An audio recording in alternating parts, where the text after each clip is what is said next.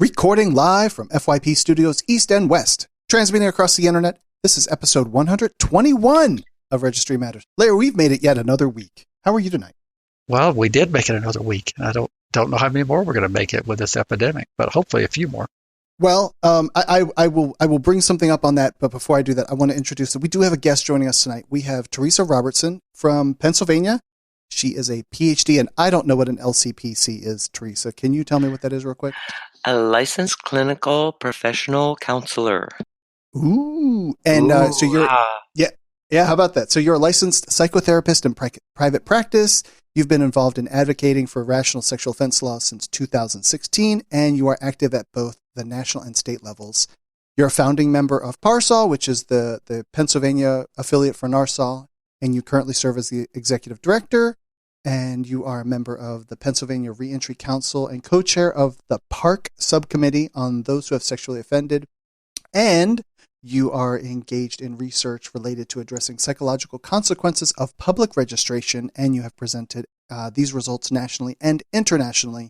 You're super passionate and working hard towards solutions to both prevent sexual abuse and honors the inherent worth and dignity of all human beings. Holy cow. Yeah. You're doing a lot. I like it. Yeah, I like it too. We're all doing a lot. And how are you in the great state of Pennsylvania tonight? In the great state of Pennsylvania, all is well, all is quiet. I forget now, they keep adding different counties to the stay-at-home order. My county was added last night at 8 p.m. Wow. So, and what does that mean? Does that mean like no movement except for to the grocery store, or a restaurant still serving food, just only takeout? Yeah, restaurants are closed in-house, but you can get curbside service. Okay. You can go out to get food. You can go out for medical things. You can go to work if you work at what the governor calls a life-sustaining industry. Wow. So the liquor stores are closed. Which could be life-sustaining for certain people.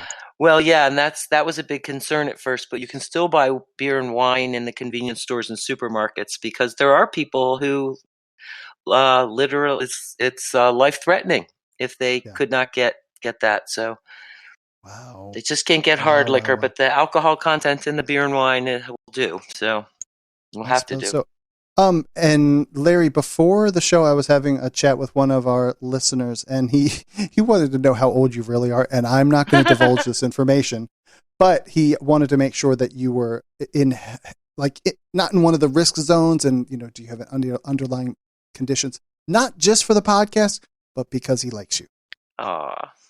So, well, I'm anxious and I am in the one of the elevated bands, but they get more elevated as you get older. But I'm over 60, so they're cautioning those people, particularly if they have any respiratory or any challenges, which I don't have. Actually, for a person this age, I'm in relatively spectacular health, other than a little arthritis. In fact, I enjoyed last time I was in Georgia with my lifetime friend that his health is not as stellar, and he has to take his blood pressure and his pulse and everything. And I said, put that damn thing on my arm and let's just see what it is. And he couldn't believe how low my pulse rate was and how low my blood pressure was. And I saw the doctors. Your BP is low because you're actually dead. The doctors have told me that my heart will not be what takes me out because of what a low heart rate and how strong my heart is. And of course, that means it probably will be what takes me out. But they tell me that I don't have to worry about a heart attack anytime soon. And not to turn this into the Larry, what your daily routine is, but you do exercise. I've caught you either somewhere near a treadmill or something like that before. You exercise halfway regularly, don't you? I do a daily brisk walk on a treadmill, and I do a little bit of flexibility stuff, which I should do more than the little bit that I do, because as we get older, our bodies are stiff, and I try to overcome some of that, but it's not nearly enough. Probably all of us could say that it's not enough, except for the Ironman triathlete kind of marathon runners. We have a jam-packed show full of all kinds of stuff, Larry, and we're trying to keep the coronavirus stuff to a minimum, but there's no more oxygen in the room pretty much of anything else going on in the news, even though there's still stuff going on around the world. It's hard to not focus on anything corona because it's all corona all the time. Don't you think? It is. It's really devouring. That we just don't have anything that compares to this in my lifetime, and I think many lifetimes before mine. We don't have anything. And one of the things that we have different now is we just didn't say this had been.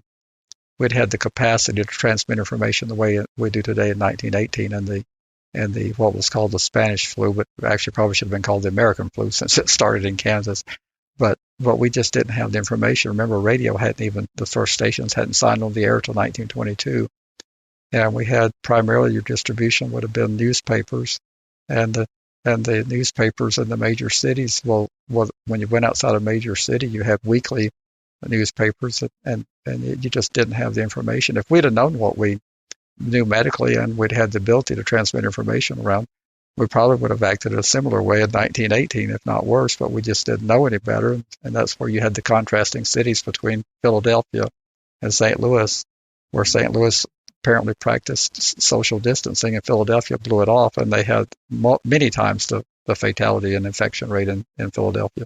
What's interesting about the social distancing thing is I went to Sam's Club this morning, and I have a buggy, and the buggy buggies at Sam's are very big, and it kind of keeps you the right distance away from the people that would be in front of you.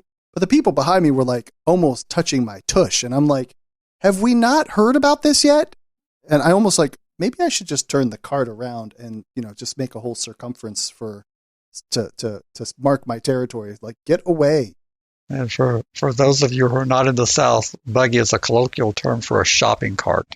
Oh, see, I'm not from the South, so I learned buggy somewhere else.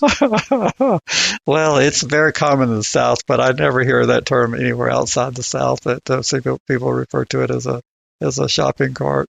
But Theresa, what do you call it? Because you're from up yonder. I'm sorry, Andy, but that was a first for me. I figured it out because you were at Sam's Club, so I kind of figured out what you were talking about, but I've never heard anyone use that. Maybe it's a Western Pennsylvania thing. I don't know. So it's I don't know. When I was in the South, that's what we thought of. Someone was sent out to get into buggies. I mean, that was what it is still commonly used. But if you weren't familiar with that colloquial term, you'd think of a dune buggy maybe, but it's just not as common outside the South. But we don't want to spend a bunch of time on it. Just remember that our global audience, they would not know what a buggy is. Interesting. Well, Larry, here's my question for you, and Theresa, feel free to chime in on this. Have you read the 800-page, $2 trillion plus bill that just got signed? Absolutely not. Larry? I thought you were directing that to Theresa. No, I was directing it to both of you. I was like, no, just chime in, whichever. Have either of you read it all? I wasn't even aware that it had been released yet. I know that it's rumored to be between 8 and 9 or maybe 1,000 pages, but I have not read it. No, I haven't. And is it common, do you think, for, we talk about decisions here on a pretty regular basis, or, laws, and they're a dozen pages, maybe something like that. Here's 800 pages. And I recall in a massive legislation thing that happened maybe a little bit more ago, and we don't know what's in this thing. And so do you think it's pretty common that the legislators would not have read something of this magnitude up front? It is very common. And in fact, the process that they used on this stimulus bill it did not afford itself to much time to read it because, remember, it started in the Senate, and then when it finally passed the Senate after lots of negotiations, the House was told you really need to pass it the way it is. And all the negotiations meant changes were being made continuously up until the Senate actually passed it. And then the House basically passed it the next day. And so therefore, it would be almost virtually impossible for anyone who wanted to read 900 or 1,000 pages. But it's not uncommon at all. That was an unfair criticism that was leveled about the Affordable Care Act, that no one had read it. No one reads any of this stuff in its entirety. You glance at the summary, you glance at key parts of it that interest you, but federal legislation is extremely complex. Yeah, same with the lengthy. Nobody reads it. Right, that was the same with the tax legislation, the tax cuts last year. Thousands of How many pages. pages was that? Was it? Okay. Yeah. And then the comment will always come out of like, well, we'll know what it does when it happens, or something like that. Well, that was a comment that was taken out of context with what Leader Pelosi said at the time. I think she was Speaker Pelosi at the time, but she said that Americans, once they found out what was in it, what she was acknowledging is that most Americans, such a comprehensive piece of legislation, would have no idea what was in it.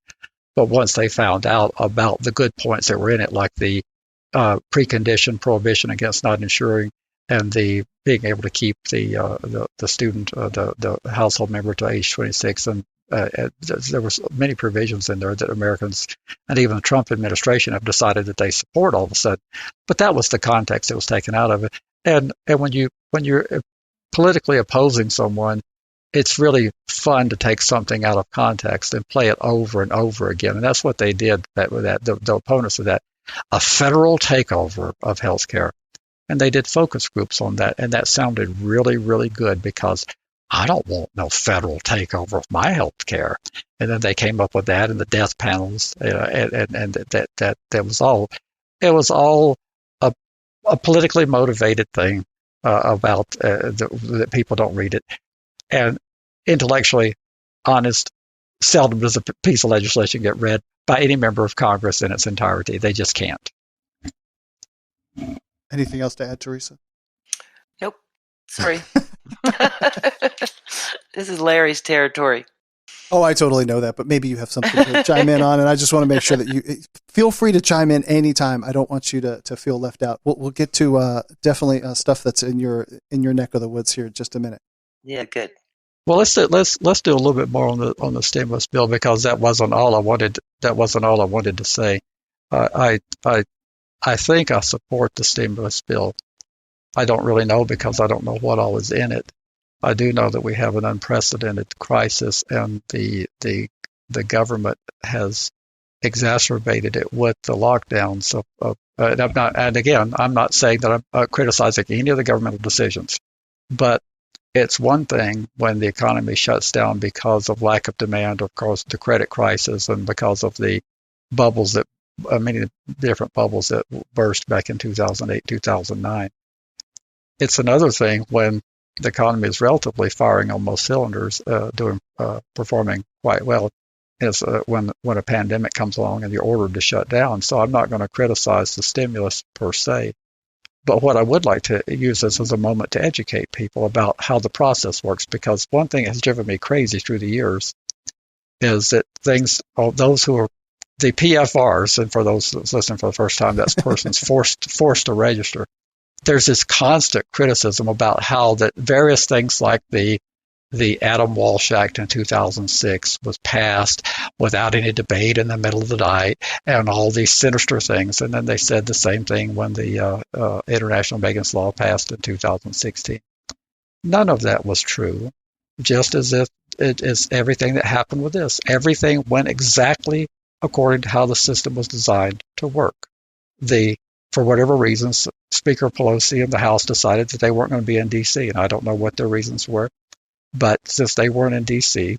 and this crisis was unfolding, the leadership, at the behest of the president, wanted to put together an economic package. And they started with talking about taking off Social Security taxes off payrolls for employers and off the individuals.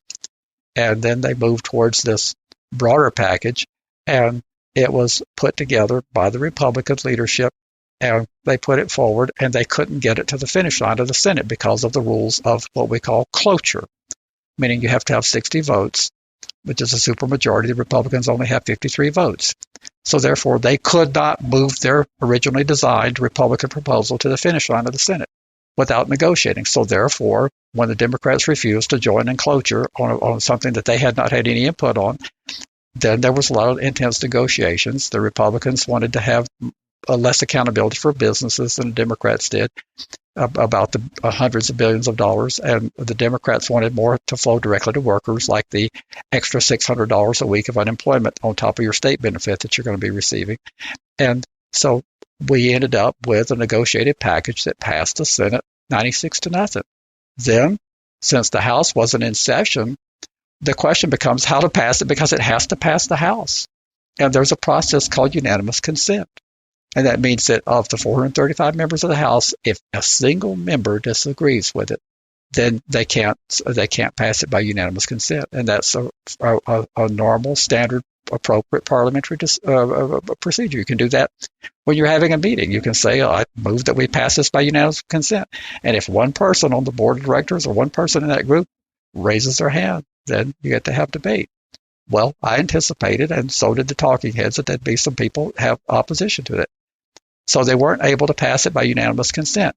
But unanimous consent is a process that exists to move things quickly where there's unanimous agreement. That's why they call it unanimous consent. Why do you need to have a debate if everyone agrees that this is in the best interest of the nation?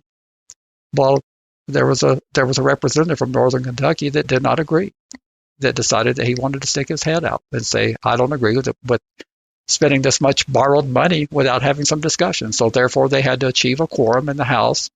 They had to override his objections, have a minimum amount of debate, and then they took a vote, and they passed it, and now it has been signed by the president. There was nothing sinister about how this was done.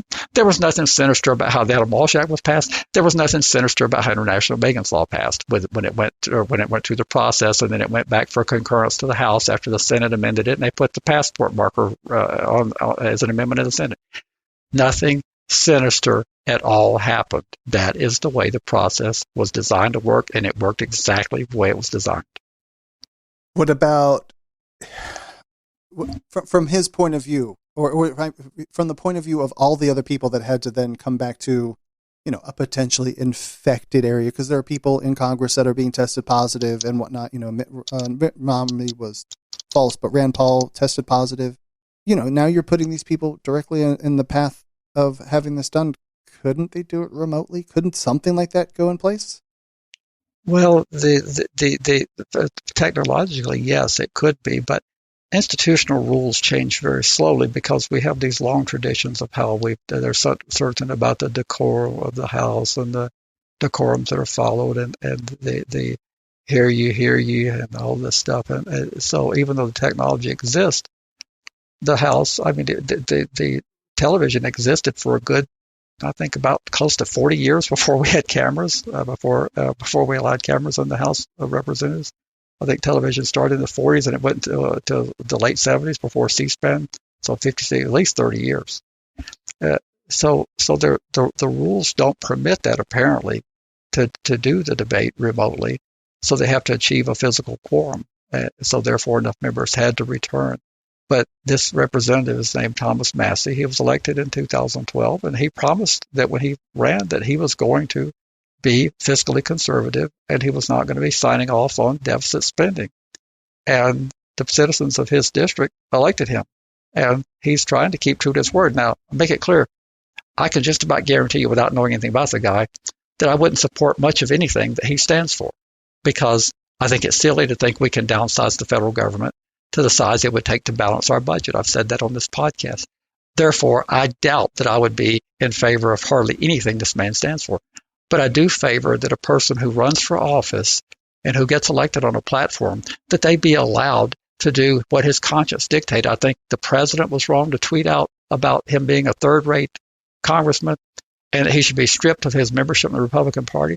And I think the Democrats like John Kerry, who was the candidate for president and Secretary of State, I think Secretary Kerry was also wrong. The citizens of this district that he represents, they will decide. And it's not his fault that Congress decided to go home, that the House of Representatives decided to go home. They didn't have to go home. They could have stayed in D.C. and dealt with this crisis. The Senate stayed there. So we have to find out why they went home and who actually caused the risk. It wasn't Representative Massey. He didn't make the decision to adjourn, to recess the House. I understand. Now can we move on? Sure. Thanks. All right, so here's some break. It's always an educational opportunity, and I hate to pass it up. Oh, I know, I get it. That's totally fine. Here is late breaking news.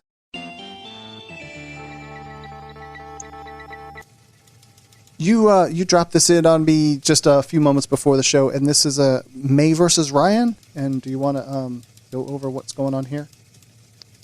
We're not going to spend a lot of time. We've talked about it on previous podcasts for those long-term listeners, and we just got this yesterday, so it truly is late-breaking news. But it's a case that RSOL did submitted an amicus brief on some time back, a couple of years back, maybe more than 2 years, but it's been some time back. And the issues at the time were that the sexual battery in Arizona did not require that the state prove that they intended to commit, that you can touch the person and commit the battery without having a sexual intent, and the person has to prove under Arizona law that they didn't have a sexual intent, that the touching was for a legitimate reason, and so we felt that the burden shifting was unconstitutional. So we opined, because the district judge on his habeas claim had said that the statute was unconstitutional. We weighed in and said, yes, the district judge got it right. Well, unfortunately, the Court of Appeals for the Ninth Circuit didn't see it that way. This is a very tragic outcome, because he was convicted of 5 counts, sentenced to 15 years consecutive on each one. He was one of the rare people that got released from prison while his habeas was pending, because the judge issued an immediate release forthwith when he granted habeas relief back in 2017. The district judge did an unusual thing and said, release this man immediately. He's been out for 3+ years now, no problems. And the Ninth Circuit has said, nope, we extinguished your claim about the burden shifting being unconstitutional because it was foreclosed, procedurally abandoned. And then they said, your ineffective assistance to counsel doesn't fly because your counsel was very effective. He went to trial, he was convicted, and the issue was the jury had deadlocked, and then they wished to reconvene and start deliberating after they had been dismissed. And neither party objected at the time, and the 2 of the 3 judges on the appellate panel said, well, that's not ineffective assistance. I mean, brilliant minds can disagree about whether you can let a jury continue to deliberate, and some people think it'd be in the best interest of the defendant to have the jury go on, because they might be permanently deadlocked and he might get a mistrial and walk away, and the state may not retry him. So ineffective assistance of counsel is a very tough thing to prove. And if any of our legal beagles read this opinion, it'll be very helpful for you to learn that it's just almost impossible. If your attorney is breathing and they do anything that resembles defending you, there's broad latitude allowed for them to make decisions on terms of strategy, and you don't get the benefit of hindsight to look back and say, well, if he had clearly we know now that letting the jury continue deliberating was not such a brilliant idea because they convicted him. Well, we didn't know that at the time, and the appellate review discourages looking back to see, because you didn't know that information at the time. He thought it was a wise decision at the time, and he didn't object. That's very complicated, Larry, and very nuanced. It's very sad also. We've gotten to know this person, and he's been a thriving, productive member of both the state chapter in Arizona, the national chapter, and he's also been productively employed and doing quite well. And as the dissenting judge pointed out, this probably means the rest of his life in prison, because he's not a spring chicken to begin with, and he's got to finish out his 75 years, and he's only served 10. So whatever good time reductions they would be under Arizona law, which I don't know.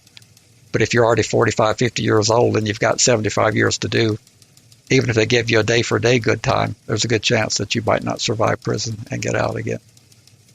Yeah, totally. Yeah, he's a good dude. Well, I know him as well.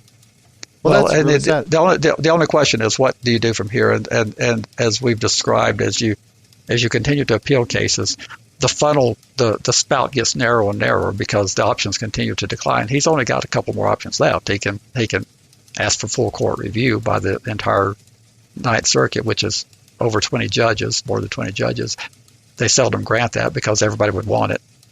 Or he can file a cert petition with the U.S. Supreme Court, which they grant about 1% of them. And those are all long shots. Or he can ask the governor of Arizona for clemency if they have that power, which we know that for a sexual offense, it would be a long shot even if the governor has that power. So his options are very, very, very limited, and very sad that this has come to this. Very, very sad. Well, Theresa, if you would be so very kind, this got brought up just before we started recording as well, and this is you guys had a press release that got published in relation to. Tell us about what's going on here. Yeah, I just found out about it just before we started this evening. So that the press release was picked up. So last week, actually, we're waiting. We have been waiting for the Pennsylvania Supreme Court to issue opinions on 5 different cases. 1 that was heard in October, 4 that were heard in November or argued, and the one that was argued in November was Commonwealth of v. Butler, and that was the Superior, and that's the one. The press release was related to that. So the Pennsylvania Supreme Court released their decision last week, and we were very unhappy about it because they did not rule in the appellate's favor. Basically, the Superior Court of Pennsylvania, this person had argued that the SVP designation in Pennsylvania was unconstitutional, using arguments from Muniz and the Superior Court agreed with him. So that was a great win. However, it was appealed and went to the Supreme Court, and they've reversed that decision. So the Superior Court applied Muniz. The Supreme Court says that the Superior Court applied Muniz incorrectly because SVPs are a separate class. And the Supreme Court said, in their opinion, incorrectly, that because studies show that SVPs are much more likely to recidivate, that they are a significant danger to society. And so it's not punitive. It's a collateral consequence. So that ruling just came out last week, and we were very excited. We sent a press release out, and just before this podcast, we learned that at least one of the outlets has picked it up, so that's good. Getting a voice, and I read it quickly before we started, and it looks like they did a good job in terms of presenting what we put out there. So that's the Butler case. Nonetheless, my understanding, so some of the folks at Parcel have talked with 2 attorneys in the state who are allies, and they agree that the language that was in this particular opinion is pretty favorable in terms of how the Supreme Court might be leaning in these other 4 cases that are coming up. That they're thinking that these next opinions that are released, hopefully within the next month or so, 3 of them challenge the constitutionality of SORNA 2 in Pennsylvania. One of them is challenging civil commitment for minors in Pennsylvania. But the 3 that are looking at SORNA 2, it appears that the language in the Butler opinion might be a little bit of a hint that those 3 will come out in our favor. Larry, do you want to chime in anything there? I didn't get the opportunity to read it, so I probably wouldn't be able to add anything to what Theresa said. And congratulations to getting your press release. That's one of the cover. Yeah. That's one thing that we really strive is to get the media to discussing and contacting us to ask us for our viewpoint rather than just going to the prosecution office and going to the law enforcement apparatus. So congrats on that. Yeah, thanks. Getting a voice. Just a quick rollback. What is an SVP again? So sexually violent predator. So in the state of Pennsylvania, the SOAB, Sex Offense Assessment Board, has a process by which they determine whether or not anyone who has been convicted of a sexual crime is a sexually violent predator. We have serious problems with that process, and don't believe that the way risk is determined in this state is indicative of whether or not someone actually is a sexually violent predator or not. But that's another story altogether. So that's what the term is. Okay. And is that a standard, Larry? Is that a standard that applies equally across all of our 75 states? Which standard is that, Andy? Determining who is or isn't an SVP. Well, every state doesn't have a sexually violent predator. We don't have such a creature here. So right out of the gate, the answer is no, because some states would have, and then some states have a process by which it's determined through the court, which Pennsylvania does it through the court. They have to have a hearing and some due process, and I'm sure it's flawed, but it doesn't just automatically. The SOAB doesn't have the final say so, according to my understanding. It has to be determined by the court after they've had a hearing. Is that correct, Theresa? Yes, but basically they rely heavily on B. Well, they're not experts in the subject matter, but there is a due process adversarial proceeding where they have judicial review. There is a due process, but actually Butler originally in the Superior Court challenged that due process as being flawed, and it was after the Superior Court's decision, it was determined that this should be determined beyond a reasonable doubt, which it is not. So, I agree with you on the due processes. It's kind of like the risk the system in Arkansas that exists to give someone the level 1 through 4. Mm-hmm. It's not a perfect process. They go through an assessment process at Pine Bluff, and there is a due process. It's always flawed because the offenders never provided the resources that they need. The standards are usually too murky in terms of who bears the burden, and it leaves the court in a lurch if they find if it's a decision by a judge, and if the judge happens to be elected like they are in Arkansas, it's better to err on the side of caution. Yeah, and they're not the assessment process. The processes are not going to be perfect, but due process doesn't mean a perfect process. It means so. I agreed. The one of the reasons it's I think a big issue here in Pennsylvania is because there isn't consistency, number one, in terms of the assessment processes. And the other thing is the restrictions on people with that designation are pretty horrendous. People in Pennsylvania who have an SVP designation are required to go to mandated counseling for the rest of their lives. I assume that they pay for it too, right? Yeah, they pay for it too. Absolutely. And, as a therapist, I can tell you that there's a saturation. And ethically, we should not be providing services to someone who's not benefiting. And if there's a saturation point, but you're there, you're required to be there, even though you've already reaped all the benefits you can from this process. Nonetheless, for the rest of your life, you're in treatment. I don't want to go too far down this rabbit hole, but can we go there for a minute about like the treatment providers and getting paid and releasing them and the what's the word? The conflict of interest in letting someone go from your revenue stream? Sure. I mean, I'm not even licensed in Pennsylvania. I'm licensed in another state.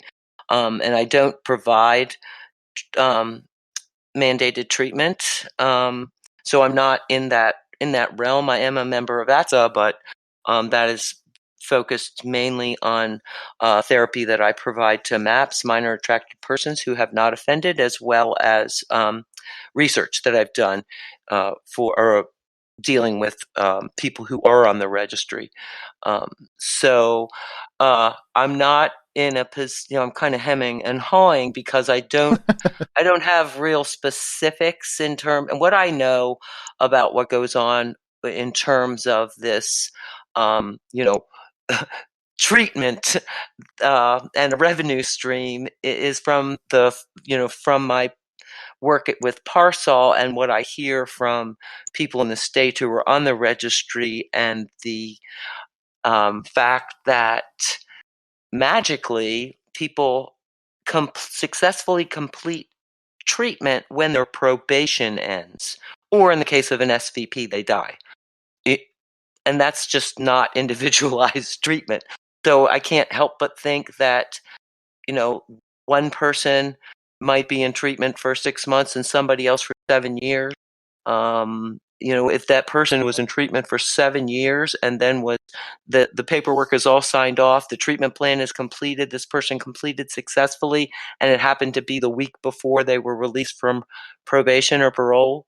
However, if that person had been released from probation or parole after 2 years, they would have completed after 2 years. So, I mean, that makes me go, kind of things that make you go, So, Right. I mean, I don't have any inside knowledge, and I will say this, though, I have heard from folks in the community, too, who have that there are some people out there who are really happy with their providers.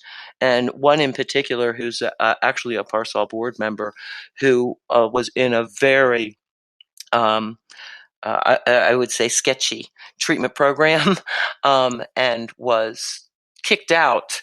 And this particular person is a designated SVP, and he is not on paper, so he's not on parole or probation, but he is, because he is an SVP, required to go to therapy for the rest of his life.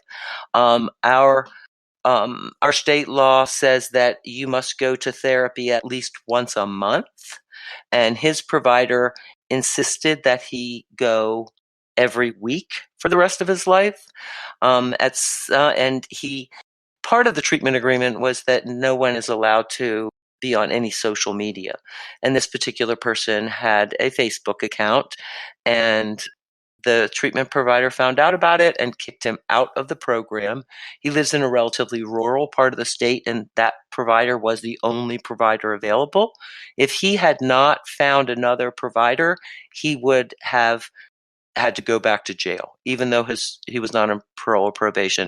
But because he was an SVP, he would have had to continue therapy. If he didn't, he would go back to jail. So he ended up finding a provider that was quite a distance away. He still does have to travel to get to that provider, but he's quite happy because that particular provider provides services that are pretty state of the art.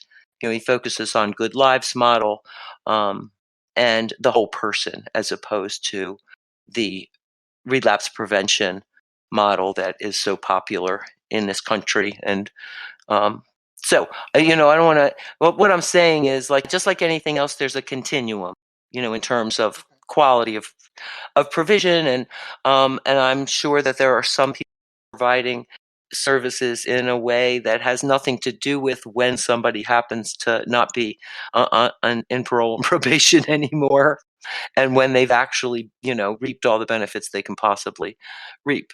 Nonetheless, it doesn't make it okay that the other end of the spectrum. I think we could move on to our normal content. I think.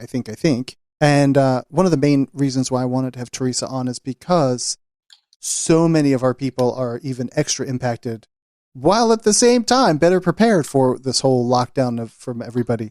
But I wanted to get the specific insight from Theresa on dealing with the different levels of stress for registrants in general, but now also with COVID-19, and maybe some of these things can apply to quote-unquote normal people as this all goes on.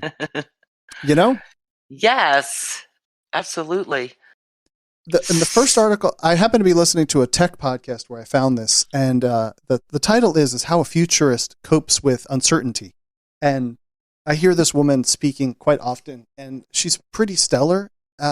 She does advisement work for large companies, and she put together a very beginner's guide to dealing with trying to figure out like pros and cons of things, or pit this idea against another idea. Larry, I think you do this naturally when you're trying to analyze the strategy behind looking at a bill. Like we've talked a bajillion times about the Georgia case with the signs, and what is their next move going to be? Just always trying to plan out your next chess move, so that you can see what's coming down the pike, and nothing ever then surprises you. Well, of course they were going to do this. And I was really intrigued by this article in that it described how just different ideas, different scenarios that you could use for pitting the different elements of things against each other. Are you wanting my comments or Teresa's? Because she's the expert on this stuff. All of the above. I want because you Larry are certainly adept at planning ahead. You know, we've talked about why weren't the hospital administrators prepared for all of these things, and it seems like you could build a matrix of knowing what's coming down the pike. And of course, Theresa being the expert in the field and dealing with people as clients, that you have specific examples of dealing with the various stresses that are related to the registry. Right, with uncertainty. Yeah, I mean, Theresa, why don't you begin? Well, I would tell you, like, one of the things when I looked at that article that struck me was this: there's a focus on the preparation, and I can't talk about, preparing for the pandemic, but in terms of people preparing for dealing with the uncertainty that's related to this pandemic, I mean, that's a very skillful thing for any of us to do, to kind of look ahead, think about what might happen and what we need to be prepared for. That just makes common sense. And in terms of our own well-being, mental health, as well as physical health. However, I think that it's equally as important for folks to kind of do that and then move on, not move on, but move back into the present moment. A lot of the folks that have worked with this past week who are having difficulty because they're trying to prepare for the unknown. And they want all the answers, and we're not going to have the answers, and we can't do it. And that just increases our stress. So being able to reasonably kind of, I need a couple weeks of food in the house. I need to make sure that I have the ability to contact my mother on a regular basis to check in and make sure she's okay. Whatever it is, like, we think about that stuff. We have our little plan, and we're not going to cover all the bases, but in order for us to be able to feel as calm as possible under these really trying situations, we really need to be in this present moment, right? So I think we need to find a balance between preparation and living our lives in this moment. Very interesting. Larry, describe, if you would, how you look at things like from policy point of view, from a politics point of view, and start pitting that against how you strategize out and try and reduce uncertainty in dealing with legislature or even in your own life personally. Well, my by nature, my DNA is to imagine.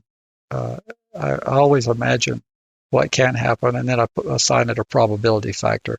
If I had been asked to imagine a global pandemic, since I'm not an expert by any means in this, I wouldn't have been able to have imagined something that's locked down the society, the norm, the way it has to us. But what I would have been able to imagine, and I'm disappointed that it wasn't imagined, would have been in terms of preparation for the basics. We're not going to be able to justify having millions of respirators and ventilators available because they're just too expensive. And when we have so many competing things for our limited public financing, we're not going to be able to justify that, nor can we expect a hospital to have that. But what does stress me a little bit is that basic things that are not that expensive, they don't have the degradation quality would be like. I'm wondering when hospitals simulate reasonably expectations of what could happen, you would think that they would model out, if all the staff walked off the job one day, that they would model that out. They would model out what would happen if the primary source of power went down, what would happen if the water got contaminated in their city, because you still need to keep treating patients if the water gets contaminated, if a terrorist puts something in the reservoir. So you'd think they would model out that, and you'd think they would model out things like surgical gowns and face masks and basic stuff. Again, how far do you take that, and where do you take your models? And what could happen versus the cost that would be required to prepare for that? Surgical masks, face masks and surgical gowns were not that expensive, and they last quite some time. So you'd think that we wouldn't be having this shortage, because you'd think hospital administrators would have thought about having backup supplies of the most basic stuff. And that's what I think a job of a hospital administrator is. And then we've been told that locals are so much more brilliant than those bureaucrats up in Washington, D.C. And therefore, I'm a little disappointed that I hear so much criticism of the administration And I hear so little self-critique and criticism of the local officials about what they should have done, because my hometown over in Newton County, Georgia, they have a nice general hospital, about 100 beds, and they have a board of county commissioners and a city administration, and they could have provided for provisions, and I'm sure the town would have been more than happy, and the county would have been more than happy to help them store up provisions that would have been needed in the event that our just-in-time inventory system of America, if the supply chains got broken. So I'm a little disappointed in that stuff. But what I try to do is to try to imagine from a political point of view, or from an adversarial point of view, if I'm in litigation, I try to look at what I would do if I were representing the other side, if I were arguing the other side. And I try to imagine everything that they could come up with, because I have never assumed I'm smarter than the rest of the world. I assume that anything I can think of, so can they.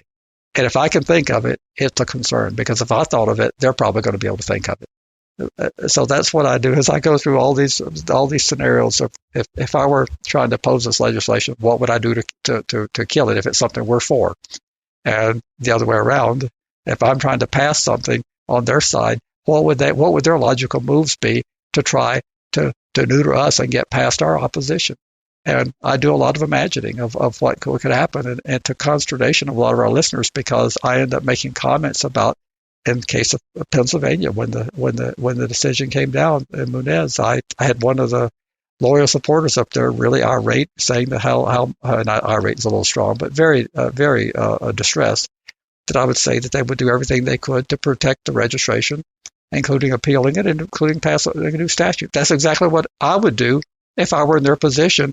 If I had their job to do, that's exactly what I would do. It doesn't require a genius to figure this stuff out. If you've got a mob mentality out there that wants to keep the registry alive, and your existence depends on, you also have a family to feed, and you have a job to do, you would try to figure out a way to keep the registry alive, because that's where the people are. So it didn't take a genius to figure that out. It's like Ted Turner said when they asked him how he knew that there was a demand for news outside the standard network news cycles. He said, because everybody can't make those times. He said it doesn't take a genius to figure that out. So I don't consider anything I figure out to be anywhere near approaching genius level. It's just, to me, basic knowledge of putting yourself in the other side's position and knowing what their concerns are. And when you do that, it's really not that hard. Theresa, and you have some tools that you wanted to talk about in helping people get prepared for different levels of uncertainty, not just registrants, but normal folks. Yeah, I'm not so sure about being prepared for different levels of uncertainty. It's just kind of being able to deal with, to lean into the uncertainty that we have. Right now, to take, we're all in this together, but it's a lot tougher for some people than others. We have this indefinite social isolation, panic over scarce resources, panic over information overload.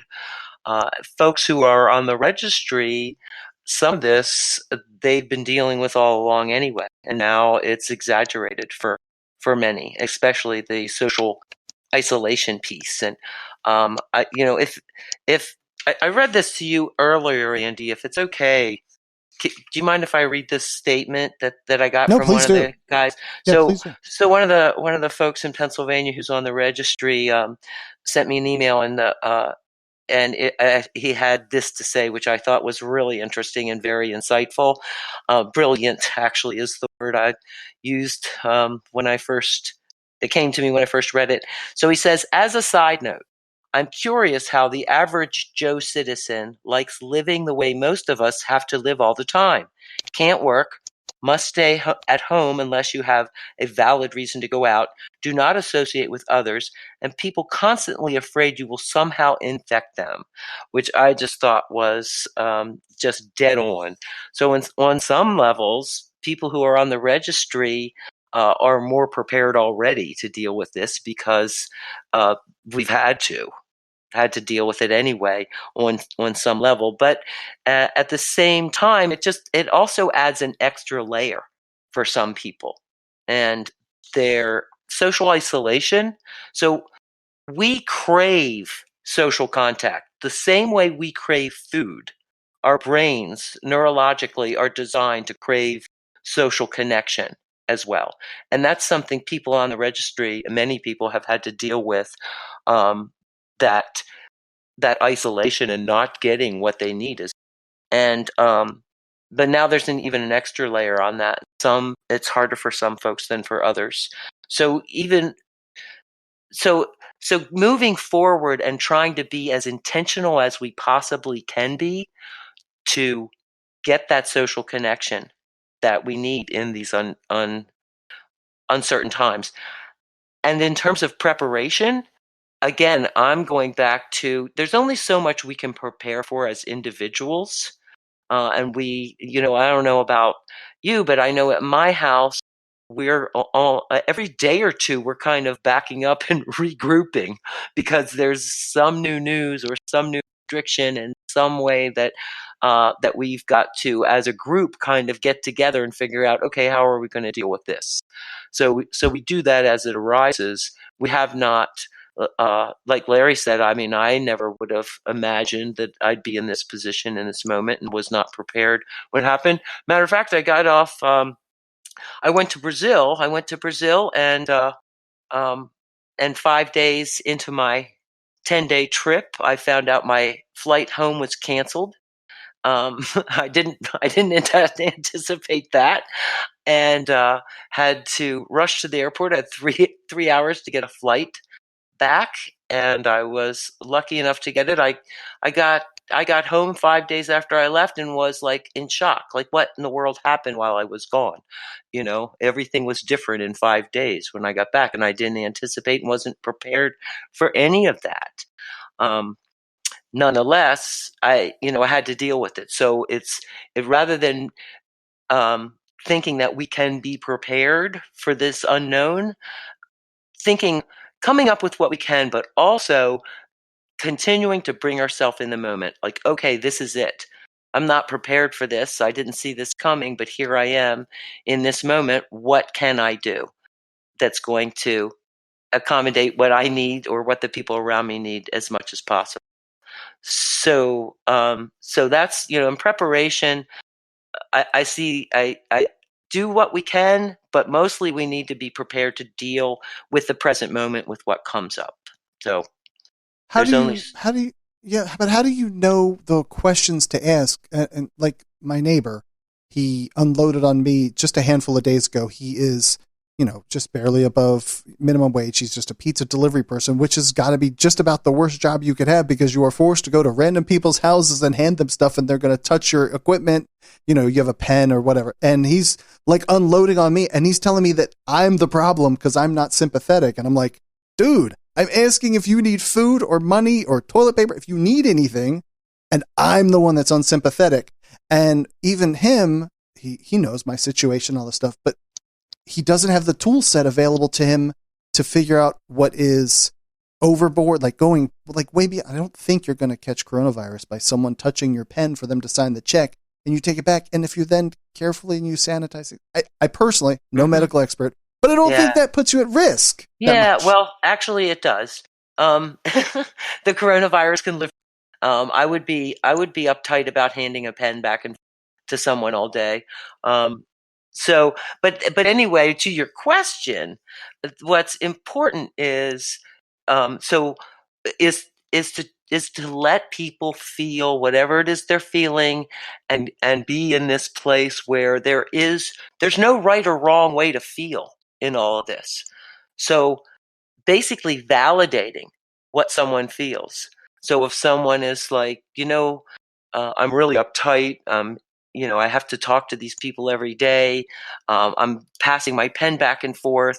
It's simply not asking a question, but simply connecting with them by saying something like, that must be really hard for you.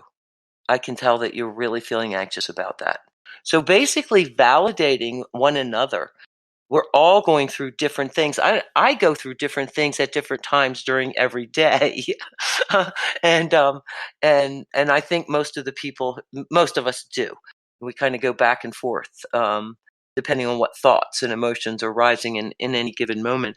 But what's important is that we're able to validate not only our own feelings. It's okay to be afraid in this moment. It's okay to feel I mean, there are people I've talked with who also were offended people because they were making, COVID-19 jokes. Well, it's okay to make jokes. Just be careful who you make them with, and make sure uh, they're they're jokes that are funny and not at anyone's expense. As a 65-year-old, I've heard a few that are at the expense of senior citizens, and while many of them are clever, they are a little unsettling as well. So you're not ready to just sacrifice yourself for the economy? Is that what you're saying? Not quite. Not quite. Not Larry, quite. you're old as Methuselah. Are you ready to sacrifice yourself for the economy? Well, I'm not sure. I'm not sure that I want to at this point, and it's the thing that, from what we're hearing, that those who have complications, the complications are significant in terms of the discomfort and being on the ventilator, and death is a certainty for all of us. But the fear of most, at least for me, I know the fear is not the death, but the fear is how the death will come about. And Dr. Kevorkian's no longer with us, so we don't get to check out on our own terms right now. That's true. That's true. Anything else that you wanted to dive in there, Theresa, before we move on to some of these other articles? So I mean, in terms of COVID, I mean, I really want to make sure that people are taking care of themselves. So we know that people on the registry, many can access the internet. Right now, the general population is using social media and all kinds of resources on the internet to stay connected with others.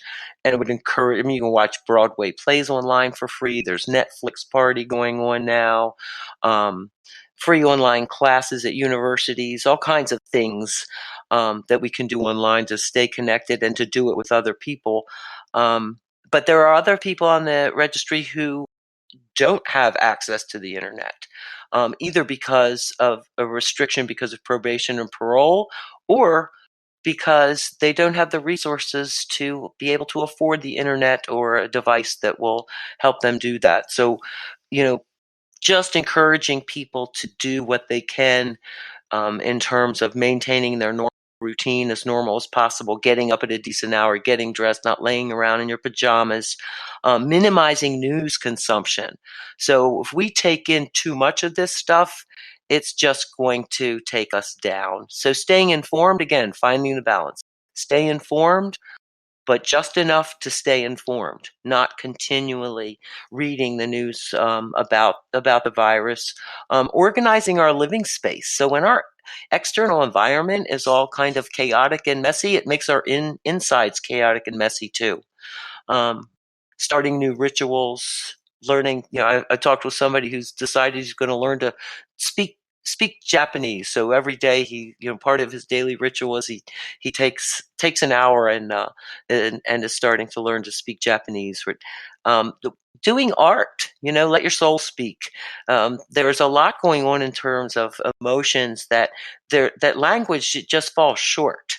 But we can, if we use creative mediums like watercolors or messing around with some clay or just creating something, it really, the process kind of opens up some of the emotional stuff that's stuck inside of us. So those kinds of things. I think most people are going to make it through here these days, but these tough days that we have coming, but some aren't. And if it's okay with you, I wanted to just provide some information about crisis, where people could reach out for crisis. If this is too tough for them, there is a disaster helpline that's specifically related to COVID-19 on the SAMHSA site. And I believe I'm going to just pass that information on to you, or I can say it now. It's up to you, Larry or Andy. No, go ahead, say it. If it's Okay, phone numbers and websites. Yeah, yep, you can call the disaster helpline for COVID-19. The SAMHSA line is 800-985-5990, or you can text the words, all together, no spaces, "Talk with us," to the number 66746. Talk with us. to 66746. And then there's the National Suicide Prevention Lifeline. Their number is 800-273-8255. They have an online chat, and you can get there by going to suicidepreventionlifeline.org/chat/. And you can text them by texting TALK to 741-741. I also, I mentioned about being in the moment a bunch of times. I think it's really important. And there are meditation apps, mindfulness apps that are free. The Insight Timer is one. Calm is another, CALM. They're both excellent. They have thousands of practices on there, anywhere from 5 minutes to 25 minutes if you're interested. There also two websites, selfcompassion.org, meditations. This is a time we need to be very pro-social, not just with ourselves, but with everyone else. There's kindness and compassion, the sensitivity to our suffering with a desire to alleviate and prevent it goes a long, long way in terms of our being able to tolerate the difficult. So there's Compassionate Mind Foundation in the United Kingdom. I didn't write that website down, but I'll send it to you, Andy. But you can go to selfcompassion.org, and they have self-compassion meditations, guided meditations. Excellent. Fantastic. That all sounds really great. It is good stuff. Well, we will move on and cover our normal battery of articles. And the first one is going to come from Law 360. Federal prisons can send more inmates home, but will they? Larry, I think that you've said that other nations are sending their folks home, and I think we have some articles that are talking about it, but the U.S. never quite seems to figure out how to do this? Not in the numbers that other nations are doing it. And what I would encourage, the Attorney General actually directed, the Attorney General of the United States, that is, William Barr, directed the Bureau of Prisons, which is within the Department of Justice. So the BOP director reports to the Attorney General, has directed them to be more aggressive in who they release. They've had these powers always for a long time, not always, but for a long time. But we have the timidity factor, and this administration doesn't have to be as concerned about the timidity factor because this administration has the R before their name, and they're not going to get vilified as much as you are if you have a D and you make a mistake. And you can look back at Willie Horton and when HW ran against Governor Dukakis in '88, how he got vilified for Willie Horton having a furlough in the state of Massachusetts, and he committed a crime. But I would encourage this administration: you're not going to get vilified. If you send tens of thousands of people home, it's inevitable statistically someone is going to mess up. Go ahead and be honest and accept that someone will mess up. But then let's adopt the law enforcement, what they say. Don't judge 23,000 that you sent home by the 17 that mess up. Yeah, sure. Let's deal with the 17. That's what the cops say. Don't judge the tens of thousands of good officers by the few dozen that screw up. And I agree with them, but let's apply that across the board. Let's go ahead and be aggressive and be on the safe side and put these people in early release or on electronic control or in halfway houses for any such thing left out there, because they're probably also in the same position. But let's get these people out of these confined institutions, which we're going to talk about later. We got some pictures coming up from California. But go ahead and do it. You're not going to get vilified for it. Take some chances. You're not talking about somebody that gets, convicted of murder yesterday to say, oh, we got this virus, you go home tomorrow. You're talking about people that they've been there a while, they've proven some kind of track record. Maybe they're at that front end of where they could be released on parole. Maybe like, hey, extend that out to more people. You just mentioned like electronic monitoring. Like there are tools in place that could be used to figure out what people could be sent home. They're just not doing it. Well, I would probably not be as selective as you're talking about. If the right circumstances are present, I would even consider people that were recently. I would consider sending Harvey Weinstein out because he's medically fragile. I know that the victims' advocates are going to probably burn my house down tonight when they hear this, but he has probably a death sentence now, and that wasn't his sentence. His sentence was confinement, and we can confine him without having him in the danger zone that he's in now. There's an article. This is not confirmed, but there's a couple news out that Harvey Weinstein has tested positive for COVID-19.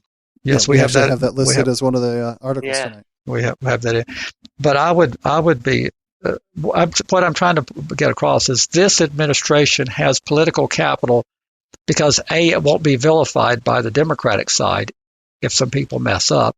And if they do mess up, we will say, well, we did it on the side of humanity, being compassionate, trying to keep an epidemic from spreading within all and killing thousands of people inside prison. We made the best decision we thought we could at the time, and we knew at the time we made the decision that some people were going to mess up. But that small number that messed up, we're dealing with them. Just exactly what the police say that you should do when they mess up. You deal with that police officer. You don't vilify the entire police force because of the one bad apple. I'm constantly intrigued by that idea. My whole notion of what I think of police officers now. I know that when someone is knocking on my door telling me that they're going to perform bodily harm to me, I'm going to dial 911 and expect the police to show up, and I would thank them and kiss their feet as they show up. But at the same time, I see them driving around, and I see them turn on their lights and drive through a red light, or they speed down a road, and they do that because they can. And I'm not saying they all do it, but you could just see it on a very regular basis that there's a certain amount of scope creep of the abuse of power. And I'm kind of off the topic a little bit, but I just constantly see that go by. So, well, on this federal prison, go ahead and act aggressively, take some chances, do what we have to be at least as smart as Iran is. And they've sent tens of thousands of people. Yeah, wasn't it 50? I saw it, but it was just like from 80, jail or something, wasn't it? 80,000, and they're sending more. They're particularly hard hit. But because it's a powder keg of having people like locked inside of a box, and they will all just, I don't know if they'll all die, but I mean, I keep thinking of horror movies where something gets spread around and just mass pandemonium, and we have, people are dying and riots breaking out. It's just horrible. So, but I'm hoping that they'll be more aggressive than so far I've seen indication that they've not. We've got a county jail here with 1,500 to 1,700 people, and they were all proud of themselves. They've released 12 people. They've released a dozen inmates. Really? You think that's going to make a difference? Now, it will make a difference for those 12. If they're vulnerable, right, they are the happy, lucky ones who got out of the powder keg. So it makes all the difference in the world to them and their families. But in terms of the 1,700 that are still there, it did. No, yeah, I heard from a mother of someone who's in prison today.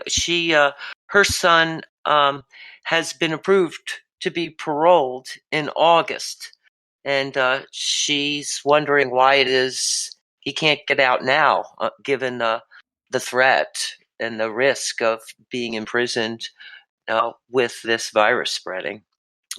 What would stand in the way of folks moving forward with something like that, Larry? Well, I don't know the system in PA well enough, but what I've given as advice is that even though you don't have the power to do something, you can do it anyway in a health crisis. And unless there's a challenge mounted, and like, for example, we've got a primary coming up here. There's all this talk about what to do about the primary. And I said, well, to me, it's not a complicated thing at all.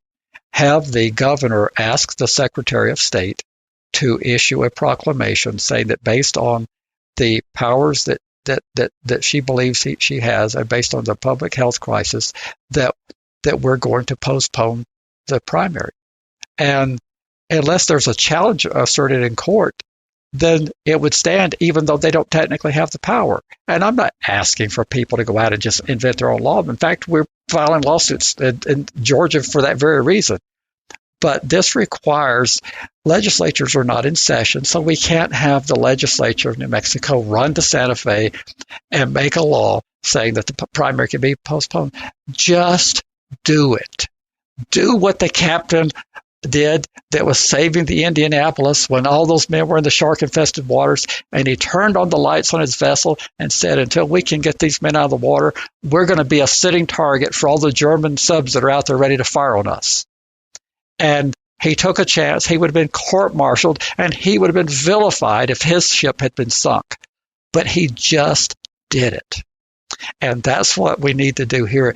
Just do it. So, Theresa, I don't know if they have the power to move up his release date, but just do it. That's simple. And if nobody challenges it, you had the power. Isn't this then like the representative in Northern Kentucky that we talked about a few minutes ago? If these people start releasing all, the torrent of all the prisoners, whatever, then they're going to pay the price, come the next election cycle, and they don't want to face that risk. That's exactly what the timidity is. So they simply say, well, we don't have the power. Well, in extraordinary situations, we have a lot of case law, including when the U.S. Supreme Court said the internment of Japanese was okay in a national emergency. Since we don't have a lot of case law in terms of pandemics, in terms of what powers, I can't imagine a court saying, you can't release these people, put them back in jail. I don't see that happening. So just have courage and do it. Do it responsibly, but do it quickly. Because one of the articles that we have is from WBUR, and it's mostly just a little 5-minute audio clip. And there's more than 50 inmates in New York at Rikers Island, the jail complex there. What did we determine last week, Larry? Is it 15,000 people are there? Is that the right number? Originally constructed in the 1930s. Right. And so they have 50 inmates. And if this explodes, if one person can transmit it easily to 20 or 30 or 50 people, 50 people expands exponentially at a very fast rate. And you end up with all 15,000 people having it probably in a matter of 2 days or something like that. And then the question becomes of those, we know that everybody doesn't die. We know that from the global experience. But what we don't know is how many people will die that didn't have to. That we'll find out later at the end of this if we don't take any action. And I would rather be on the side of taking precautions and trying to keep people from dying. They were not sentenced to death. We need to always remember that. And so Brenda just said, I suspect it's too late in most jails and prisons to stop the spread, which I would completely 100% agree with you. And then the next logical step would be that the prison medical system doesn't have the capacity at all to handle this kind of thing. So, and I wouldn't say that the civilian sector is able to do with it, but they probably can do better than what the prison has. So we're back to the same thing of letting people go on a more aggressive posture than not letting them go. So, well, yeah, and when you mentioned parole, we were talking about the federal, what the Attorney General Barr had. We don't have parole in the federal system. They abolished that in 1984. So what we have is you serve all your time less the 15% good time that you can earn in any year. And then in the final 6 months. Does it mean it's completely outside of his control to even say, hey, look, I'm issuing an executive order we're putting this back in? They have provisions for frail inmates and for medically infirm and they compassionate release. They have various things that he's asking them to look more liberally at. But I'm saying, Mr. Attorney General, even if you go a step further than what you think you have the authority for, no one on our side is going to vilify you. Yeah, you only have to look at your own camp to look at who's do it. We're not going to file anything because you let too many people out. We're not going to claim you're turning loose a tidal wave of crime on the United States like they did to President Obama when he tried to get some people out of prison. We're not going to do that. Just do it, and you'll be fine. Some people will mess up. Go ahead and announce that you expect of these 26,000 that you released that there will be some people who will mess up. And we'll do what we do to the cops that mess up.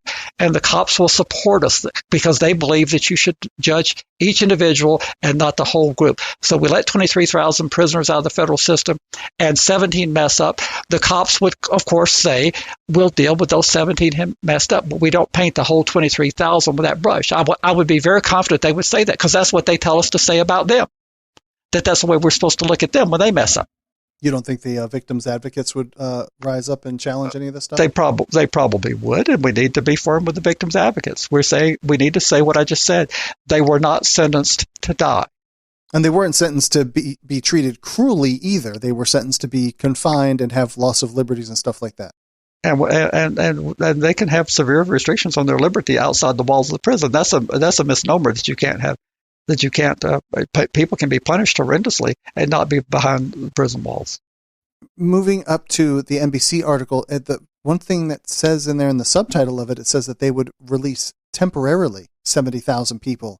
Would the provisions in the federal statute be like, hey, you can go home for a month, 2 months, whatever, while we resolve these issues, but you're going to report back to this institution, come June 1st or something like that?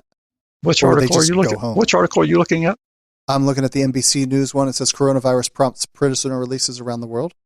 You're smoking some funny weed again. Oh yeah. Nope. I see it. Nope. Yep. That NBC. So, yeah. Well, that was the one where it talks about countries that are releasing people far more aggressively than we are here in the U.S. Yeah, totally. But so there in the subtitle it says that they're temporarily freed. Do you think that we would send our people home and then say, hey, come back to prison at some point? Well, it would depend on the posture of their sentence. Since we have in the federal system, now we're focusing exclusively on the federal system at the moment. Since we already have that for the final component of your federal prison, you're supposed to get some halfway house time and some community release time anyway. If they were within that zone, of course they wouldn't go back to prison, I don't think. If they stayed out long enough that they would have been released anyway. But someone who was serving a much longer period of time, when this crisis goes by, unless the president decides to commute their sentences, yes, they would go back to prison. It would be unfortunate, but that's what would happen. Yeah, because it's just such a hostile environment for this kind of situation. Being in prison, it's just so hostile for humans to be around this virus. Well, I would say that if we let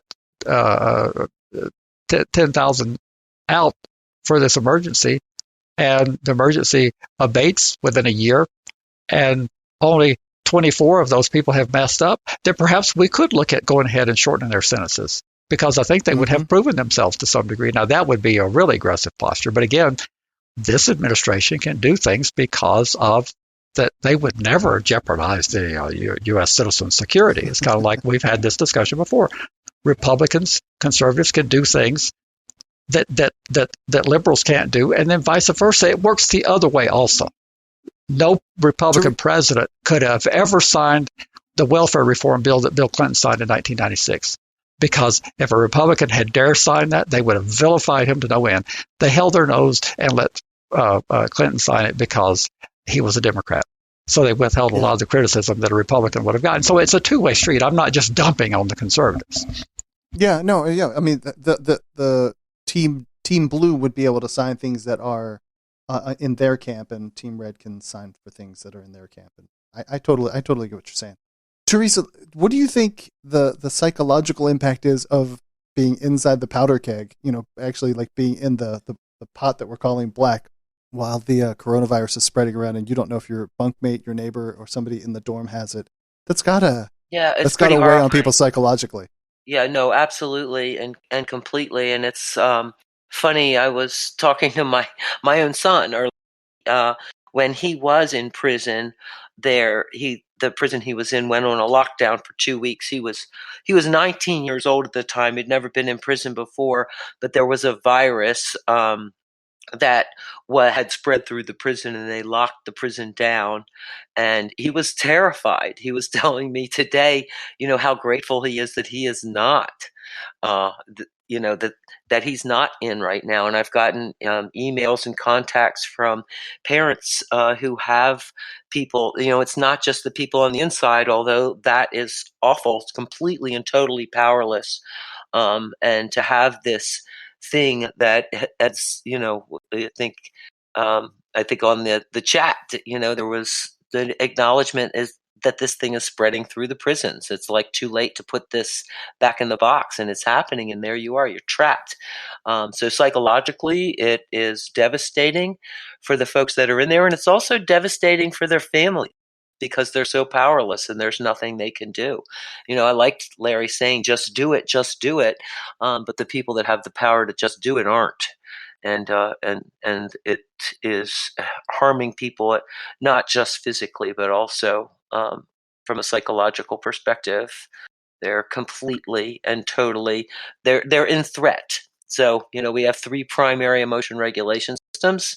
Our threat system, which is great because we're always kind of looking for what's going to take us out.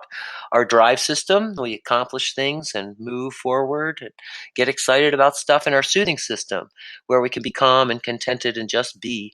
And the folks that are in prisons right now, and to a lesser extent their families, are pretty much firmly planted in their threat systems. And in that place, the only emotions that arise are anger, anxiety, and disgust. And that's a really painful place to be. Which kind of makes an interesting segue over to an article that I found today over at Vox. And it's governors are starting to close their borders. The implications are staggering. A prison is something that we can sort of visualize as being an enclosed container, a self-contained container. And, just expand that out to either like your city or your county. But eventually you move up to the state level. It seems kind of crazy to me that you would be denied entry if you're on a plane that's landing and you're coming from New York City and sorry, you got to go hang out somewhere for 14 days. I mean, that's almost, it's a similar situation. Hey, we're clean here. We don't want you people here.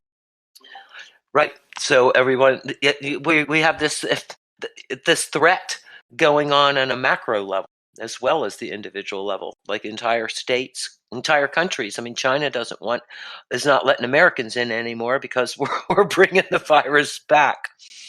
And do you think they can actually do this, Larry? Can they shut down the state borders? Isn't it? There's something in that article that talks about the constitutionality of being able to move around the states freely. Well, and there again, we're in uncharted territory because in normal circumstances, yes, but we're not in normal circumstances. And I think the courts are going to be a little bit hesitant to stop. I mean, you have said in many of our private conversations about how we should defer to the medical experts. And this is something the medical experts are strongly recommending, as to stop the movement of people and stop the social connections and to distance one another.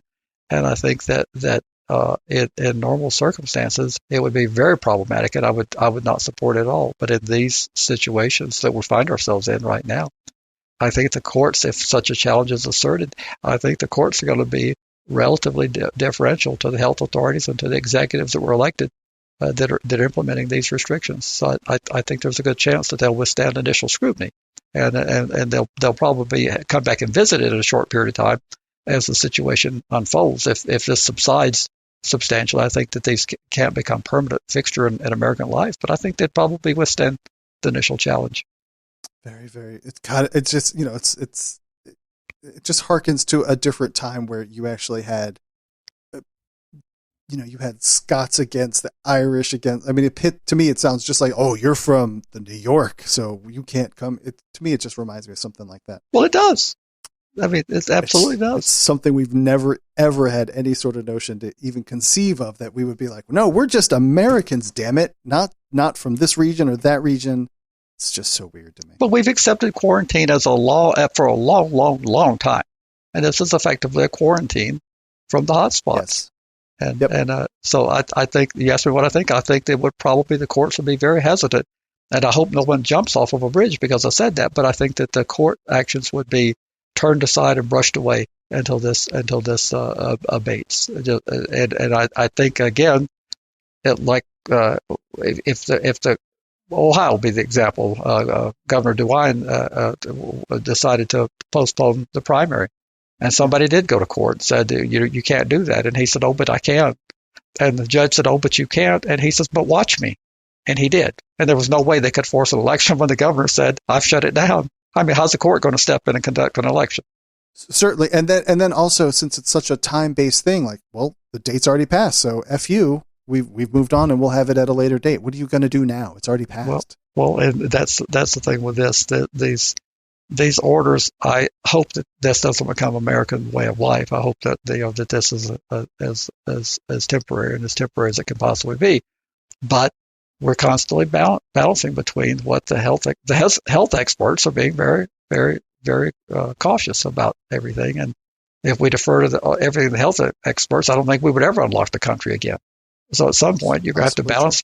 We're going to have to balance between letting the country fall apart from being locked down, or we're going to have to find out what the appropriate risk is and how we can mitigate the risk within the higher risk members of our population. We know that it doesn't affect all age groups in the same way. We know that everybody can catch it now. We first thought early on that teenagers and kids couldn't get it. We've since learned that they're being diagnosed with it.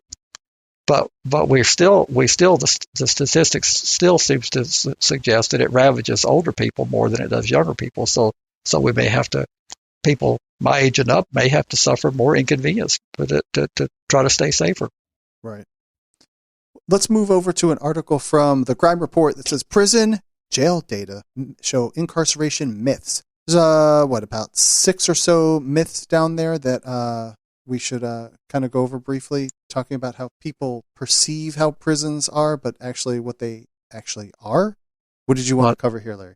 That's what I wanted to talk about, is that we have this myth about releasing, and we can just go through it very quickly, nonviolent drug offenders within mass incarceration. Well, the only problem is it wouldn't. 80% of the prisoners are not violent drug offenders, so we would still have a record amount of people incarcerated. So that won't do it. I mean, it's a step. And then we hear the people on my side, private prisons are the corrupt heart of mass incarceration. But actually, fewer than 9% of all inmates incarcerated in the United States are private. So if you totally disbanded private prisons, we're still the incarceration capital of the world. So the other points are people in prison for violent sex crimes are too dangerous to be released. Really, the recidivism data doesn't show that. And then the one about prisons or factories behind fences to provide companies with huge slave labor, and in fact, that's also debunked. I mean, there are some people working for very low wages, but that's not what prisons exist for, to provide companies slave labor. And then there's the part about community supervision as the best way to reduce incarceration. But this study, the Institute contends that the conditions imposed on people under supervision, which is one of my pet peeves, are often so restrictive that they end up failing and being back in prison. 168,000 people in 2016 were incarcerated for technical violations. Wow, 168,000 people, and the feds have something of 200,000 people, right? Right, a little less, but yeah, so, in the 200,000 range. Okay, so somehow we can fudge some numbers. So the people that were re-locked up for some kind of technical violation almost matches the federal prison population just in 2016, and that would happen again probably in 2017, 18, and 19. I would speculate so. And just missing your curfew for drinking some alcohol or something like that while you're on supervision, and that violated the rules. And that's an example of your famous technology that you're so fond of having. The more we've deployed that technology, the more stuff we can detect that we wouldn't have detected in yesteryear. We didn't know if you made curfew in yesteryear because we didn't have any way of figuring it out unless we sent out an officer to your house. We didn't know if you were drinking in yesteryear unless we happened to stumble upon it. We didn't know if you traveled to an exclusion zone in yesteryear where they said don't go within so many feet. We didn't know all that. And technology has allowed us to know a lot of stuff that we didn't know about people that are under supervision, which leads to a lot more violations of a technical nature. Larry, we got to backpedal. Derpy me here. I missed an article that was showing some photos from prisons in California where they're like just inches. Their feet apart of each other. And, oh, yeah. I looked over that myself. Yeah. Theresa, what do you think about Phew. people living in such close proximity to each other? Well, it's those images were just horrifying, and certainly, it wasn't just that they were in such close proximity to one another. Environment itself, I mean, I said earlier, what's going on in our outside environment has a whole lot to do with what goes on in our insides. And there, the conditions were just pretty horrific and chaotic and filthy. The one shot of the restroom was there was a broken sink and it was dirty. And these are people who are sick, and they're sick, and there is a deadly virus going around, particularly deadly people who are already compromised health-wise and older. And so, no, I mean, we're just right back into this living in this system, in the threat system, and being consumed with anxiety and stress, hopelessness, all kinds of just really bad ways to be. I mean, it's just, this is, we put people in cages, period. And it's inhumane all the way around. I mean, not even if you're sick, but but when you're sick, it makes it all that much worse. And it's just unspeakable and unacceptable. But it's what we do. When I look at these images, I'm just like, oh, that's exactly how it looked. That's exactly how it looked when I was there. Wow. Yeah, no, it just doesn't seem that foreign. It's like, oh, that's how it was for 6 years for me. It is a crazy. So Andy, what was it like for you, psychologically?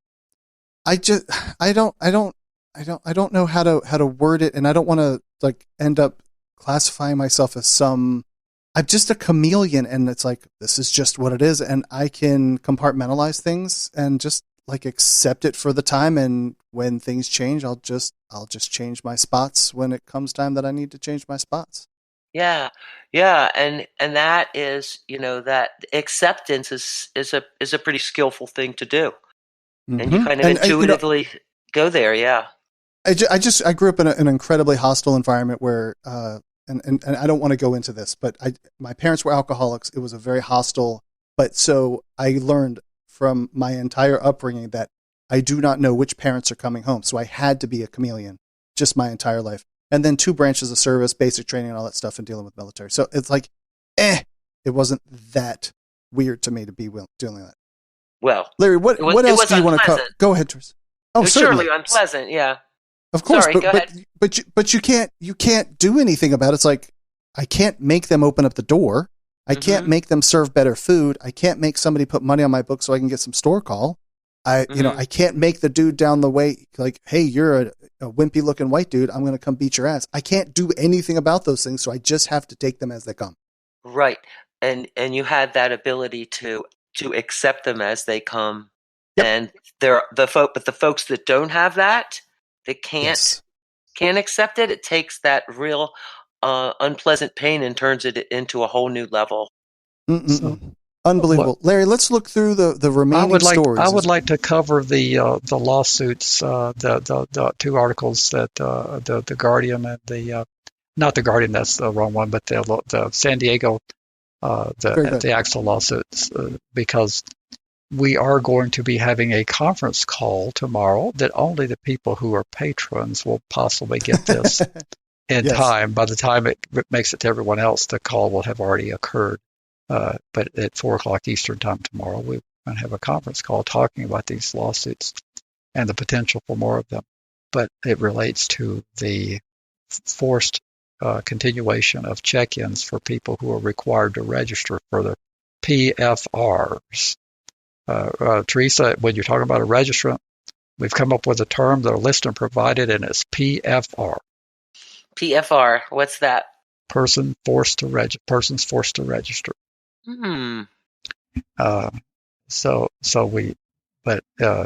The Alliance for Constitutional Sexual Offense Laws has filed 3, and I think the 4th one was going to be filed by the end of Friday, and I don't know if it did get filed, about the continuation.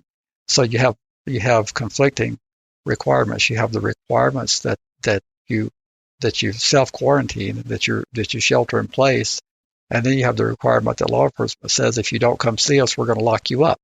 And you have the shelter in place. If you're going out for any reason other than food or medicine, we're going to lock you up.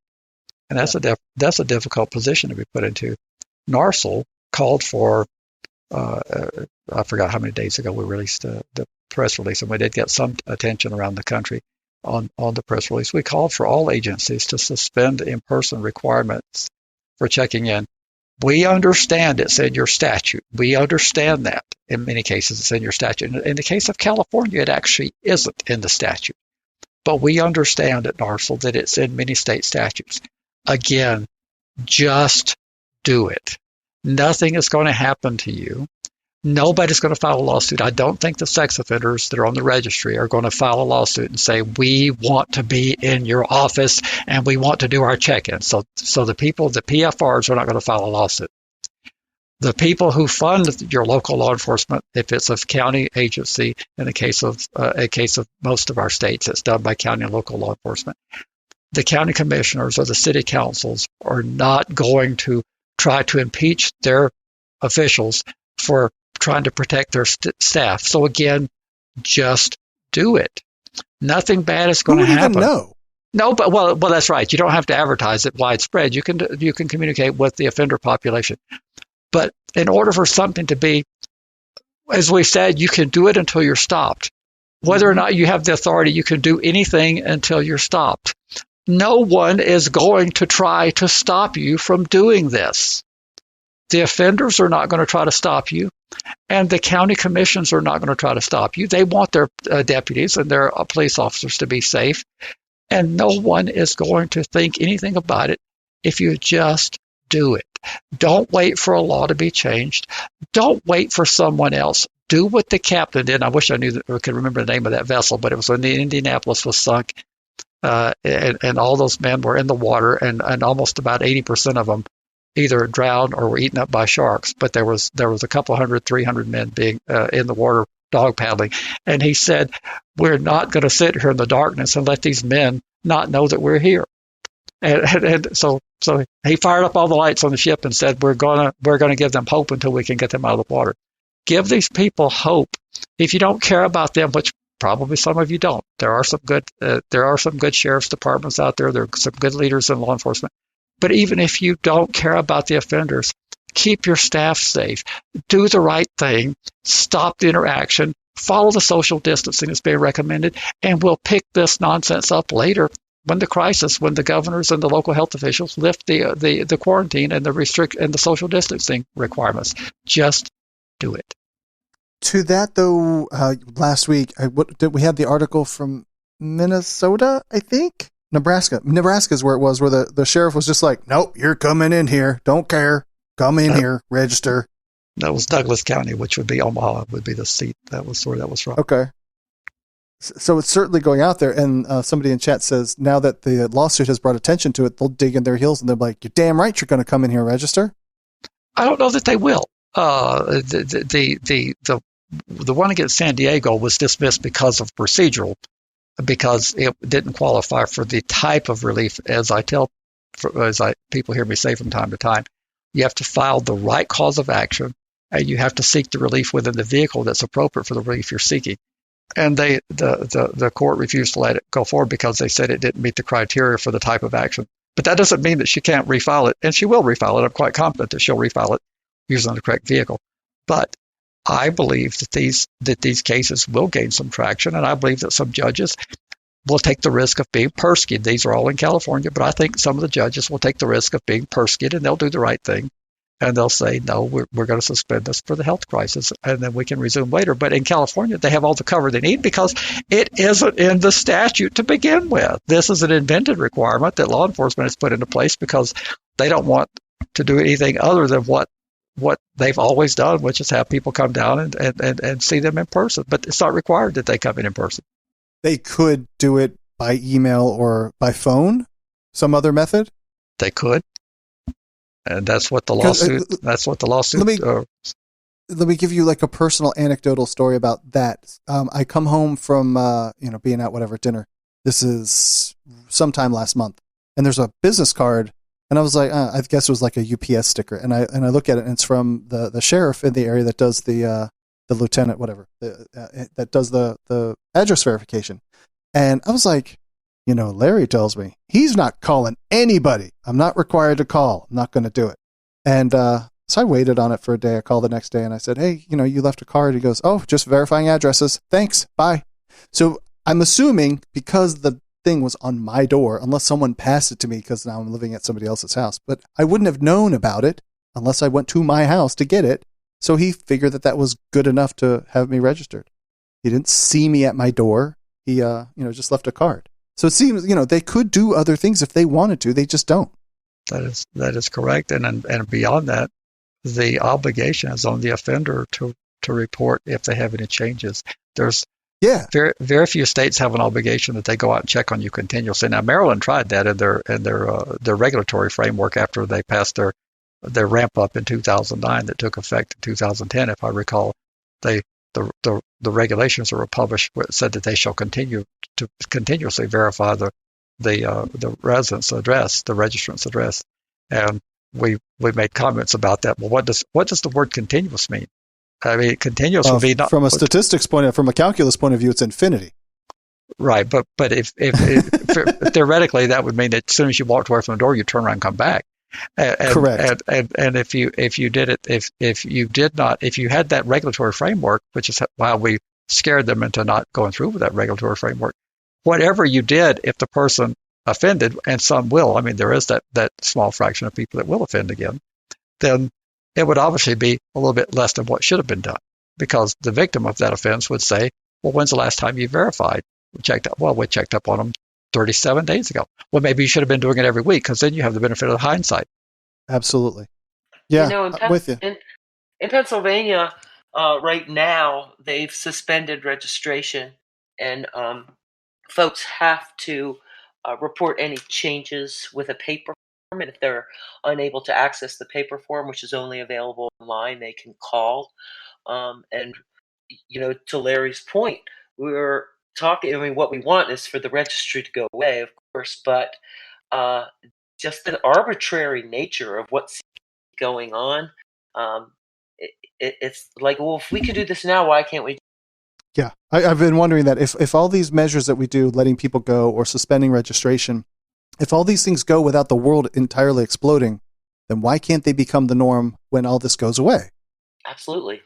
So, well, let me correct. And how much of it will stay? I mean, some of this, some things are likely to change for once and for all and for good. That'll be interesting. That is my hope, that we'll see that some of the stuff was unnecessary.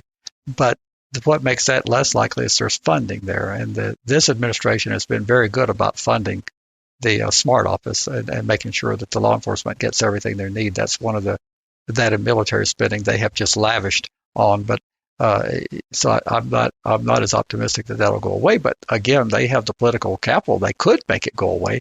If they were serious about cutting the budget, they could say, well, gee, all the world as we know it didn't end, and we released tens of thousands of prisoners, and we stopped all this harassment of the people forced to register, and all the world was, but I don't see it happening. And I know I'm not supposed to say that because it causes anxiety for folks, but I can't help myself. And I wanted to correct myself on the Maryland actually passed in 2010. It was Nebraska who passed in 2009. So Maryland did their AWA bill in 2010. And you wanted to cover something else, Larry. Is this the RSOL article? No, I was good with just the lawsuits and the covering there's more suits to come, and we're hoping that the threat of lawsuits in other states other than California will get more law enforcement to suspend these in-person contacts until this crisis has passed or subsided significantly. Well, one of the statements that you just made was about defunding things. Somehow, miraculously, feeds right into a voicemail message that we got. I really think that you're going to have fun with this one, Larry. Here we go, a voicemail message. Hey, guys. Hope everybody is doing okay in these crazy, weird times here. Obviously, we've never experienced anything like this. So I know money doesn't really matter to politicians because they'll just print more, like this $1 trillion bailout package. So where are they going to get it? Well, it doesn't matter. They just print it anyway.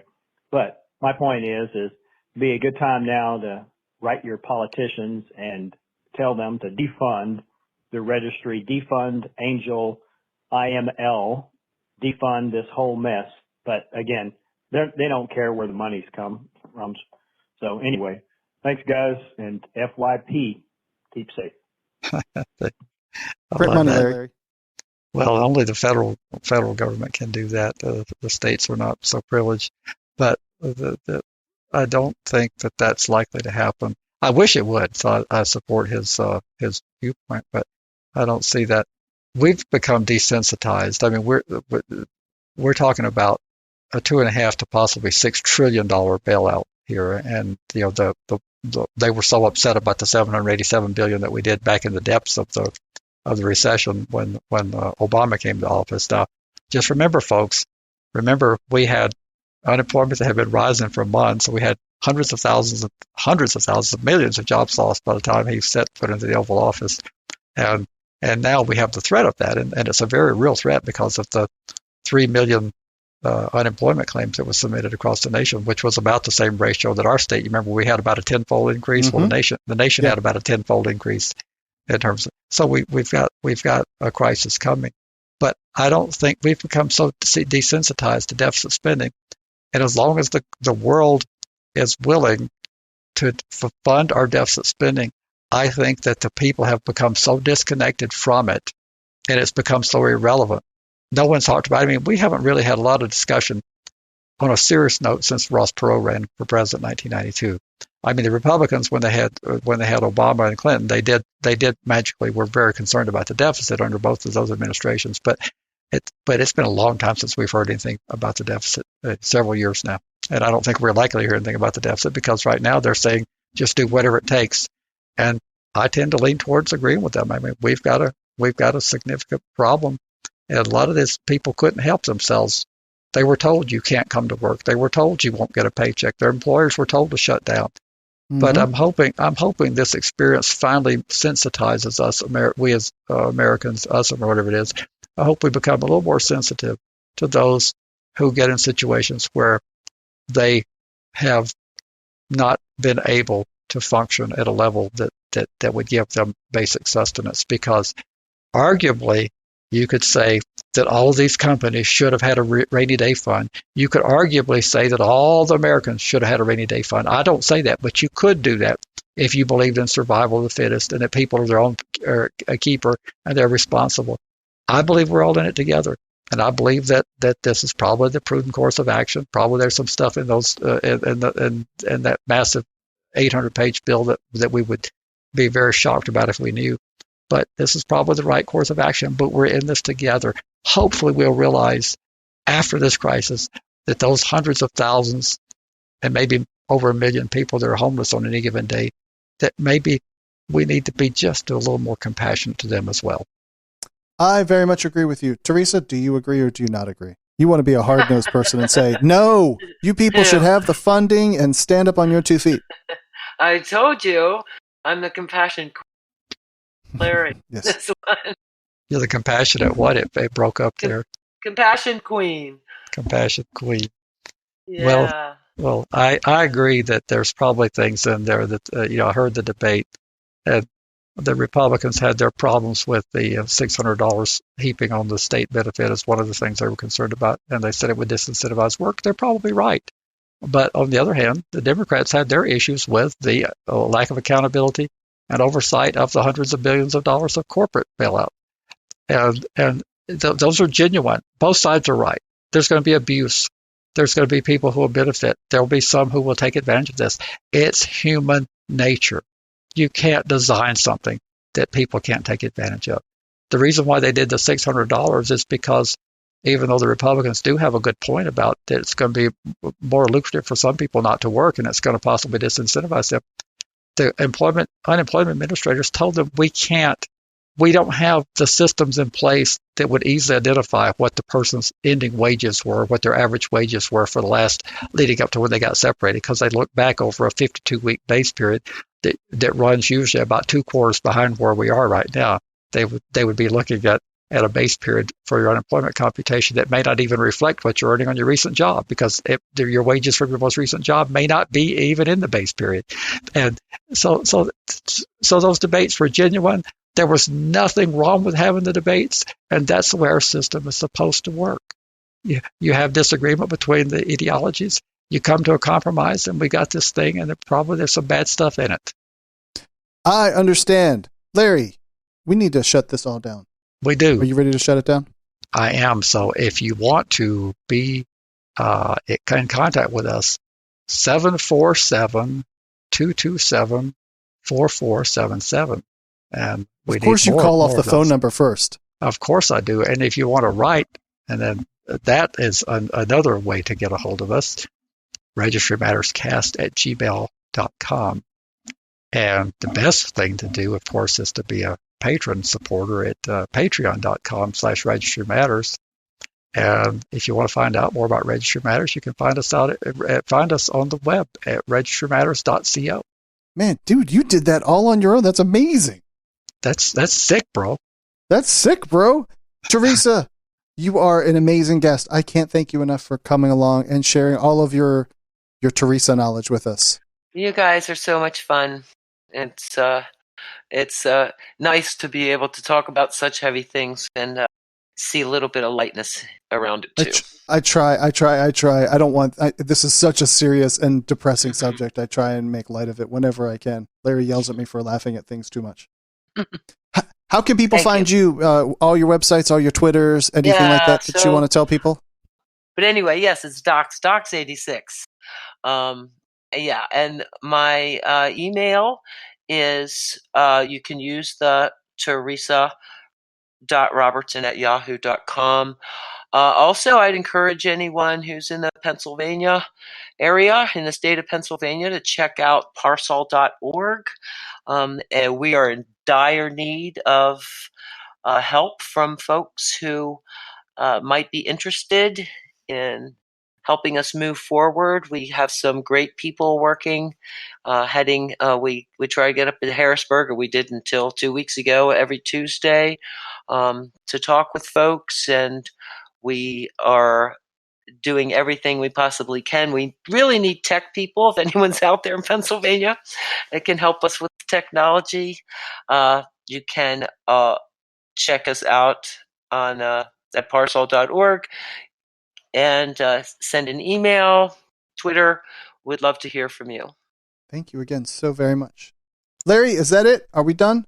We're done. Good night, everybody. And thank you for what I used to say back. Good night, Chet. Good night, David. Good night from NBC News. I thought it was you were saying good night, John Boy. No, I'm doing the news sign off from NBC from way back. I totally know what you're talking about. The Larry, Huntley Brinkley report. Oh, okay. Theresa, again, thank you. Thank you all, everybody. Thank you in chat. Bye, and we'll talk to you soon. Bye-bye.